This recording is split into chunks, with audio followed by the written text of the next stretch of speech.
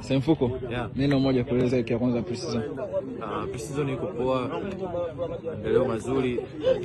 Ilikuwa ngumu kwa sababu bado hatujashinda mechi yoyote, lakini nahisi tunaungana vizuri na wachezaji wapya. Maumivu makali sana.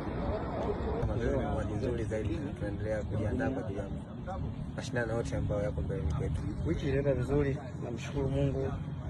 Mazoezi magumu na tunaendelea kupambana nayo mpaka tuwe sawa.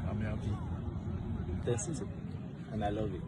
Wiki ngumu kweli kweli, lakini kwa uwezo wa Mwenyezi Mungu tutaivuka.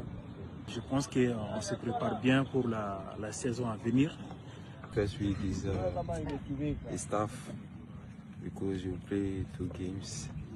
Iko fresh. Iko fresh kabisa. Tunaendelea. Pre-season ni tough kidogo kwa sababu tuko mashindano alafu tunafanya mazoezi asubuhi jioni siku moja mechi, asubuhi jioni siku moja mechi. Kwa hiyo ni tough kidogo.